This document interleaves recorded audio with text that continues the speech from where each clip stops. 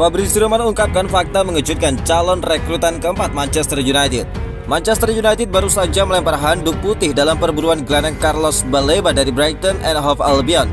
Manchester United kemungkinan bakal berpaling ke target lain yang harganya jauh lebih murah. Setelah membereskan masalah di sektor penyerangan, Manchester United kini berusaha menambal lubang di lini tengah. Setan Merah butuh setidaknya satu gelandang baru karena baru saja melepas pemain senior Christian Eriksen dan wonderkid Toby Collier. Setelah Baleba dilupakan karena kemahalan, United kembali dikaitkan dengan pemain Sporting Lisbon, Martin Højlund. Pemain asal Denmark tersebut merupakan salah satu anak emas manajer United Ruben Amorim ketika masih melatih Sporting. Amorim ingin reunian dengan Højlund di Old Trafford pada musim kompetisi 2025-2026. Amorim lebih sering memainkan Højlund ketimbang Manuel Ugarte ketika menukangi Sporting Lisbon. Højlund dibutuhkan Manchester United karena Casemiro sudah termakan usia dan kinerjanya tidak konsisten. United perlu gelandang pengangkut air yang usianya masih muda dan siap dimainkan di banyak ajang. Namun ada kendala besar bagi United untuk memiliki Højlund di musim panas 2025. Pakar transfer Eropa Fabrizio Romano pada pertengahan Agustus mengungkapkan 2 poin penting yang membuat reuni Højlund dan Amorim diragukan terjadi. Jelas Ruben Amorim sangat mengenal pemain tersebut dan dia adalah pemain yang selalu diapresiasi oleh Amorim. Tetapi ada 2 poin, ujar Romano. Poin pertama, Sporting tidak ingin menjual pemain top lainnya setelah kehilangan Gyökeres musim panas ini. Jadi ini akan menjadi kesepakatan yang sulit dan berat. Poin kedua, United saat ini belum memulai pembicaraan konkret atau nyata untuk Martin Højlund. Mereka sudah diberitahu tentang situasi ini karena dia adalah pemain yang selalu ada dalam daftar mereka. Tetapi saat ini mereka belum mencapai kemajuan dalam pembicaraan antara klub. Tambah dari Romano, United kemungkinan baru akan mengintensifkan pengejaran pada Højlund setelah berhasil membuang pemain tidak berguna seperti Anthony, Sancho, Garnacho, Højlund hingga Tyrell Malacia. The Red Devils kesulitan mengeluarkan dana besar karena sudah menghabiskan lebih dari 200 juta pound sterling untuk mengamankan trio pemain depan Matheus Cunha, Bryan Mbeumo dan juga Benjamin Sesko. Manchester United dipermalukan Arsenal, Altay Bayindir disemprot legenda MU.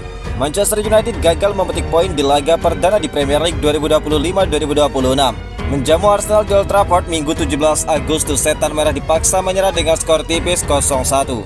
Satu-satunya gol tercipta pada menit ke-13 melalui sundulan dari Calafiori. Situasi bermula dari sepak pojok Declan Rice yang gagal diantisipasi Altay Bayindir. Bayindir sebenarnya mencoba keluar untuk mengamankan bola, namun pergerakannya terhalang William Saliba hingga Calafiori berhasil menuntaskan peluang dari jarak dekat. Kesalahan itu membuat kiper asal Turki itu jadi sorotan. Salah satu yang paling vokal mengkritiknya adalah mantan kapten United Roy Keane. Roy Keane tidak menahan kritiknya terhadap Bayindir di Sky Sport. Dia menilai kiper United tersebut gagal menunjukkan kepercayaan diri saat mengawal area kotak penalti. Menurut Keane, seorang kiper harusnya punya kendali penuh di wilayahnya. Tanpa hal itu, lini belakang akan mudah goyah ketika lawan melakukan tekanan. Apresiasi untuk Arsenal, mereka memvariasikan umpan mereka untuk menyerang. Tetapi jika Anda seorang penjaga gawang, kendalikan kotak penalti Anda, ujar Roy Keane.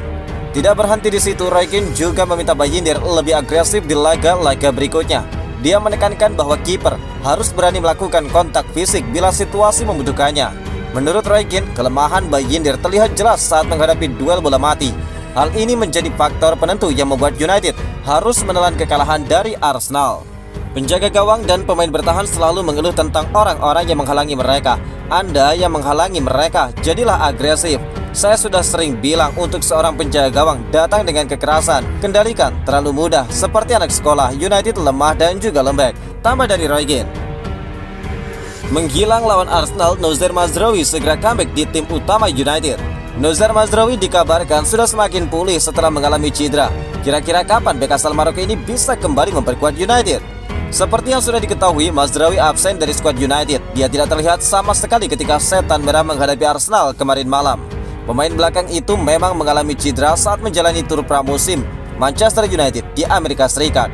Namun kabar terbaru menyebutkan bahwa cederanya tidak terlalu parah. Center Devil melaporkan bahwa United tidak bakal lama lagi bisa mengandalkan Mazraoui kembali. Bek tersebut dikabarkan sudah fit dan siap kembali ke dalam tim utama Manchester United. Menurut laporan tersebut, kondisi Mazraoui kini semakin membaik. Dia dikabarkan sudah kembali berlatih di lapangan setelah cedera. Bahkan dia mulai bergabung dalam sesi latihan bersama skuad utama United.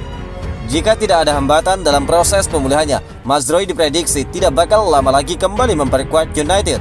Laporan itu menyebutkan bahwa ada kemungkinan Mazraoui sudah bisa kembali bermain di akhir pekan ini.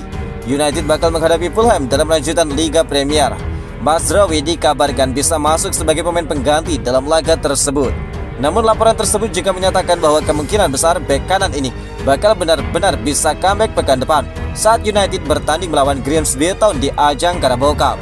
United sejauh ini tidak terlalu khawatir ketika sang pemain absen. Pasalnya United masih memiliki Diego Dalot dan Amad Diallo yang bisa mengisi posisi bek kanan. Namun kehadirannya jelas memberikan keamanan lebih bagi Ruben Amorim untuk memilih strategi yang tepat. Bruno Fernandes marah besar, main bagus saja tidak cukup. Kapten Manchester United Bruno Fernandes angkat bicara setelah timnya takluk dari Arsenal. Menurutnya meski United tampil lebih baik, performa itu tidak cukup untuk meraih hasil yang positif. Kemarin malam Setan Merah menjamu Arsenal di Old Trafford dalam laga pekan pertama Liga Premier. Sepanjang pertandingan United terlihat lebih mendominasi alur permainan. Namun, Calafiori memastikan kemenangan untuk Arsenal lewat gol tunggalnya. Hasil ini membuat United harus pulang dengan tangan hampa. Fernandes mengakui timnya sebenarnya tidak bermain buruk. Ini masih pertandingan pertama di musim ini, jadi kami belum bisa bicara terlalu banyak mengenai langkah ke depannya, ujar Bruno Fernandes. Fernandes menilai United sebenarnya bermain cukup solid. Sayangnya menguasai permainan saja tidak otomatis membawa kemenangan untuk mereka. Kami melakukan banyak hal yang bagus hari ini, namun itu tidak cukup karena kami kalah hari ini. Kami kebobolan dari skema bola mati di babak pertama. Semenjak saat itu Arsenal tidak membuat peluang yang bagus ke gawang kami, jadi kami bertahan dengan baik, tambah dari Bruno. Salah satu masalah utama United dalam laga ini menurut Fernandes adalah ketidakmampuan timnya mengubah peluang menjadi gol. Dia menekankan perlunya peningkatan efisiensi di lini depan. Saya rasa hari ini kami menciptakan banyak sekali peluang dan kami tidak mencetak gol. Jadi ini harus jadi perhatian kami dan kami harus memperbaikinya lagi, tambah dari sang kapten. Ruben Amorim benar-benar marah dengan satu titik lemah United ini. Dalam pertandingan melawan Arsenal, United tampil cukup percaya diri sejak awal. Mereka unggul dalam penguasaan bola dan mampu menciptakan peluang yang berbahaya. Namun penyelesaian akhir yang kurang tajam membuat dominasi itu tidak berbuah hasil. Justru sebaliknya, gawang United yang lebih dulu kebobolan. Arsenal memanfaatkan satu momen bola mati untuk mencetak gol cepat dan berhasil mempertahankannya hingga peluit panjang. Situasi itu membuat permainan United terlihat anti klimaks meski tampil mendominasi. Amorim menyadari betul bahwa hal itu menjadi titik lemah yang berbahaya. Dia menilai United sebenarnya sudah bermain lebih baik, tapi satu kesalahan kecil cukup untuk mengubah arah pertandingan. Kondisi itu membuat kerja keras sepanjang laga berakhir sia-sia. Kami pantas mendapatkan hasil lebih dan kami adalah tim yang lebih baik, itu jelas. Akan tetapi pada akhirnya kami kalah. Kami perlu memperbaiki hal-hal yang perlu kami tingkatkan. Kami perlu memoles skema bola-bola mati saat bertahan, ungkap dari Ruben Amorim. Meski harus kalah di depan publik Old Trafford, Ruben Amorim tetap memberikan apresiasi kepada anak asuhnya. Dia menilai United sudah tampil sesuai dengan instruksi dan memperlihatkan dominasi permainan. Menurutnya perkembangan tim sedang berjalan di arah yang benar. Amorim juga menyoroti mentalitas skuadnya. Bermain di bawah tekanan besar, para pemain tetap berpegang pada rencana permainan yang sudah disiapkan. Hal itu disebut sebagai modal berharga untuk perjalanan musim panjang di Premier League.